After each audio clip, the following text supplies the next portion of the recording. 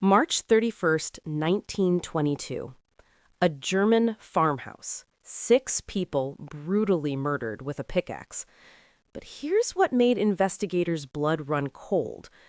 Days before the killings, the family reported hearing footsteps in the attic, seeing strange footprints in the snow leading to the farm, but never leaving. And after the murders, someone stayed in the house, feeding the animals, eating the family's food, lighting fires in the fireplace. For days.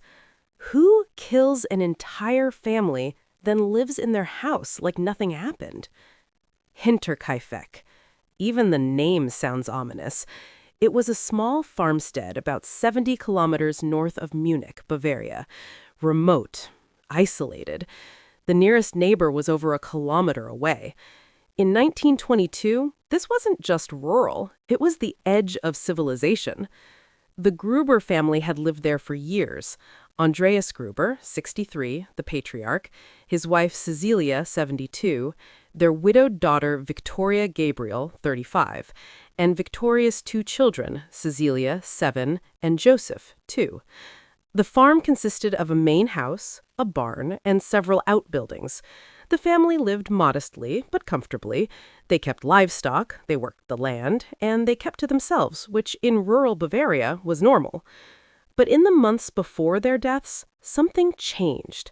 Something that made Andreas Gruber deeply uneasy. Because someone had been watching them. Someone had been inside their property, and Andreas knew it. 6 months before the murders, the family's maid quit abruptly. She claimed the house was haunted. She heard footsteps in the attic at night when everyone was asleep, voices in empty rooms. She refused to stay another night. Andreas dismissed her fears. Old houses make noise, he said. It's just the wind.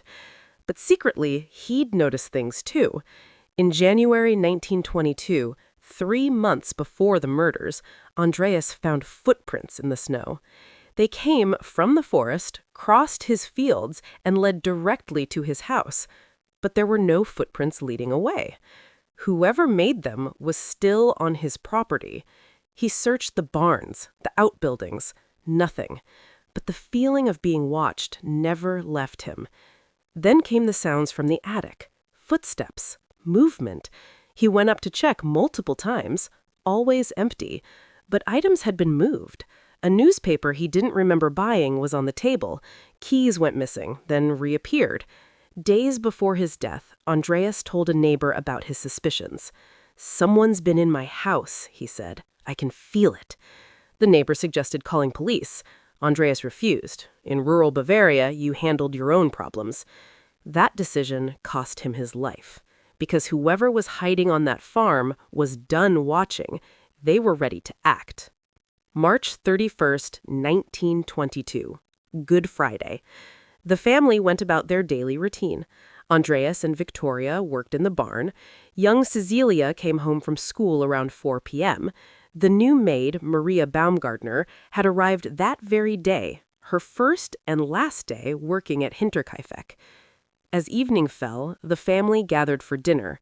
What they didn't know was that someone was already in the barn, waiting, watching through cracks in the wood, gripping a pickaxe, counting down the minutes until darkness. 4 days passed. The neighbors noticed young Cäzilia hadn't been to school since Friday. Smoke still rose from the farmhouse chimney, so someone must be home. But no one answered when they called out.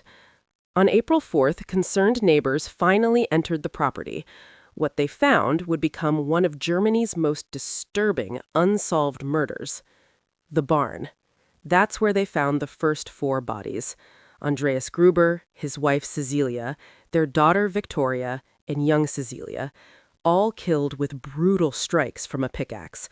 The weapon, Andreas's own tool, was found nearby, wiped clean.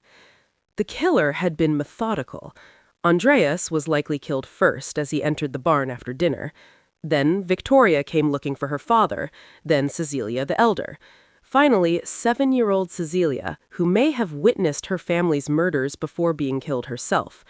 Medical examiners later determined young Cäzilia had survived for hours after the attack, slowly dying from her head wounds. She'd torn out her own hair in pain and terror, lying next to her dead family in the dark barn. But the killer wasn't finished. 2 people remained in the house, and he hunted them down. Inside the main house, investigators found 2 more bodies. Maria Baumgartner, the new maid who'd arrived just hours before, and 2-year-old Josef, Viktoria's youngest child. Both had been killed in their beds.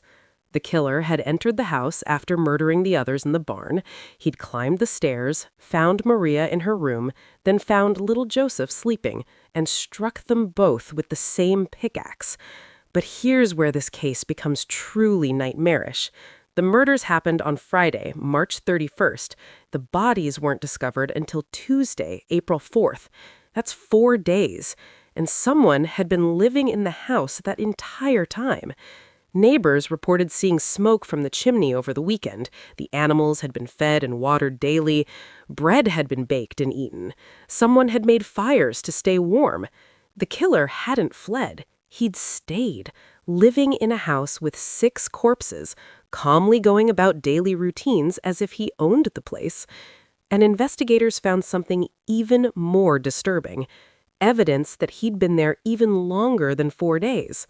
The attic. That's where investigators found evidence of prolonged habitation, a makeshift sleeping area, food wrappers. The maid who'd quit 6 months earlier hadn't been imagining things. Someone had been living in the Grubers' attic, possibly for weeks or months, coming and going at night. This wasn't a random attack. This was someone who'd been watching the family, learning their routines, waiting for the right moment. The Munich police descended on Hinterkaifeck. This was the Weimar Republic era. Germany was still recovering from World War I, crime was rampant, and police resources were stretched thin. But this case demanded attention. Over 100 suspects were questioned. The investigation generated thousands of pages of documents. Yet despite all this effort, the killer was never caught. Because every suspect had an alibi, except one, and his connection to the family was darker than anyone imagined. Lorenz Schlittenbauer, a neighbor and mechanic. He was one of the first people to enter the farm when the bodies were discovered, and his behavior that day raised immediate suspicions. While others stood in shock, Schlittenbauer walked through the crime scene, touching everything. He picked up the pickaxe, the murder weapon, and examined it. He scattered hay over the bodies in the barn, claiming he was covering them out of respect. Investigators later determined he'd contaminated crucial evidence and may have intentionally obscured clues. But why would he do this? What was Schlittenbauer hiding? The answer lay in a dark family secret. Viktoria Gabriel, Andreas's widowed daughter, had given birth to Josef 2 years earlier. She claimed her late husband was the father, but neighbors whispered otherwise. The husband had been dead for over a year when Josef was conceived. Many believed Lorenz Schlittenbauer was Josef's real father, and Schlittenbauer himself had publicly claimed the child was his, demanding to be involved in Josef's upbringing. Andreas Gruber had refused. He'd forbidden Schlittenbauer from seeing the child. The 2 men had a bitter, ongoing feud. Schlittenbauer had financial problems. Andreas had money. Some theorized Schlittenbauer wanted access to the family's assets. But if Schlittenbauer was the killer, he made critical mistakes that investigators should have caught. Schlittenbauer claimed he was shocked by the discovery of the bodies, but witnesses said he showed no emotion, no horror. He methodically searched the property as if looking for something specific. He was also the one who insisted on entering the barn first, before police arrived. Why? Was he checking to make sure everything appeared the way he needed it to? His alibi for the night of the murders was weak. He claimed he was home with his wife. She confirmed this, but many believed she was lying to protect him. In 1920s Bavaria, a wife defending her husband wasn't questioned too deeply. But Schlittenbauer wasn't the only suspect. Investigators looked at dozens of others. There were theories about traveling workers who'd been in the area, World War I veterans suffering from what we now call PTSD, drifting across Germany looking for work and shelter. Some believed Victoria's supposedly dead husband, Karl Gabriel, was still alive. Official records said he died in World War I, but his body was never properly identified. Could he have survived, returned home, and found his wife with another man's child? Then there were the darkest rumors. Whispers in the village about Andreas Gruber and his daughter Viktoria, inappropriate relationships. Some theorized Josef wasn't Schlittenbauer's child or Karl Gabriel's child. What if Josef was Andreas's child? If this was true, and someone had discovered the secret, it could provide motive for an honor killing, destroying an entire family to erase the shame of incest. But investigators found something that changed everything. Evidence that the killer might not have been local at all. Remember those footprints Andreas found in January? Forensic analysis determined they were from boots not commonly worn in Bavaria, possibly military boots. The gait pattern suggested someone tall and physically strong. The way the murders were carried out showed strength and determination. Each victim was struck multiple times with enough force to shatter skulls. This required physical power and emotional detachment. To understand what really happened at Hinterkaifeck, you need to understand Germany in 1922. The country was in chaos. World War I had ended just 4 years earlier, the economy was collapsing, veterans returned home traumatized, violent, and unemployable. The social order had broken down, crimes went unsolved because police were overwhelmed, people disappeared, bodies turned up in forests, and rural areas like Hinterkaifeck were especially vulnerable. And I believe that's exactly what happened. The killer was a stranger, a vagrant, someone passing through who saw an opportunity. Here's what I think happened, based on evidence and behavioral analysis. A vagrant, possibly a war veteran, discovered the Hinterkaifeck farm in late 1921 or early 1922. Remote, isolated, an elderly couple, a single mother, and small children. Easy targets. He'd broke into the attic and began living there. He'd wait until the family slept, then come down to steal food. This explains the maid's claims of hearing footsteps. It explains the moved items, the missing keys. Andreas Gruber started noticing. The footprints left snow, the sounds, the feeling of being watched. He was getting too close to discovering the intruder. The killer realized he'd been compromised. He could leave and find another farm, or he could eliminate the witnesses and take over the property. For a desperate, violent man, the choice was clear. On March 31st, he waited in the barn. When Andreas came to do evening chores, he struck. Then Viktoria came looking, then the grandmother, then young Cäzilia from the house. He went to the house. Maria the maid was in her room. Josef was sleeping. He killed them both quickly. And then he had what he wanted. A house, food, warmth. Everything a homeless vagrant needed.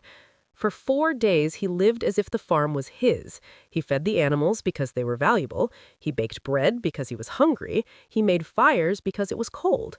This wasn't compassion for the animals or respect for the property. This was pragmatism. But he knew he couldn't stay forever, so on April 3rd or 4th, just before the bodies were discovered, he left. He probably walked away with whatever valuables he could carry, money from the house, jewelry, food, and he disappeared into the chaos of 1920s Germany. He might have committed other crimes. He might have been arrested for something else and died in prison, never connected to Hinterkaifeck. He might have been killed in a bar fight or frozen to death in another barn, or he might have lived out his life peacefully, carrying the secret of 6 murders to his grave. But there's another possibility. What if I'm wrong?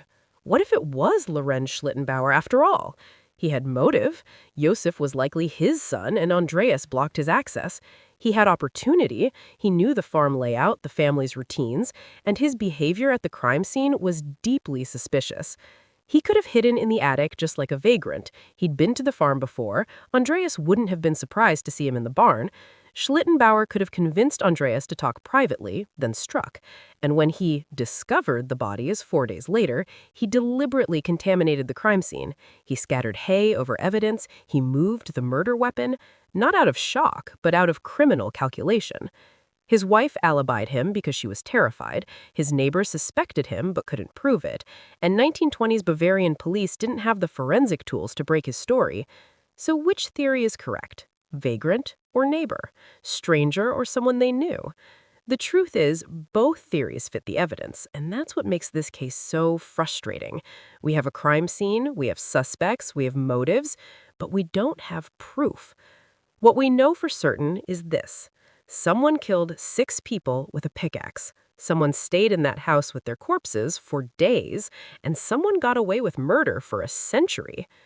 1 year after the murders in 1923, the farm was destroyed. The Bavarian government ordered it destroyed. The land was sold. Today, nothing remains but a memorial marker in the forest. The victims' skulls were removed during autopsy and sent to Munich for forensic analysis. They were lost during World War II, possibly destroyed during Allied bombing. Even the physical evidence no longer exists. If those skulls still existed, modern forensic science could analyze them. DNA testing, trauma pattern analysis. We could determine the killer's height, strength, and attacking style. We might even extract DNA from the pickaxe wounds. But that opportunity is gone. The evidence is destroyed, the witnesses are dead, and the killer is dead. And the truth died with them. Andreas Gruber, 63. Cäzilia Gruber, 72. Viktoria Gabriel, 35. Cäzilia Gabriel, 7. Josef Gabriel, 2. Maria Baumgartner, 44. 6 people, 6 lives erased on a remote German farm. Their killer walked free, laughing at investigators, confident he'd gotten away with murder. And he was right. This is Kenda, reminding you that some killers are never caught, some mysteries are never solved, and sometimes evil walks among us unrecognized and unpunished. If this case intrigued you, if you have theories, share them in the comments and subscribe.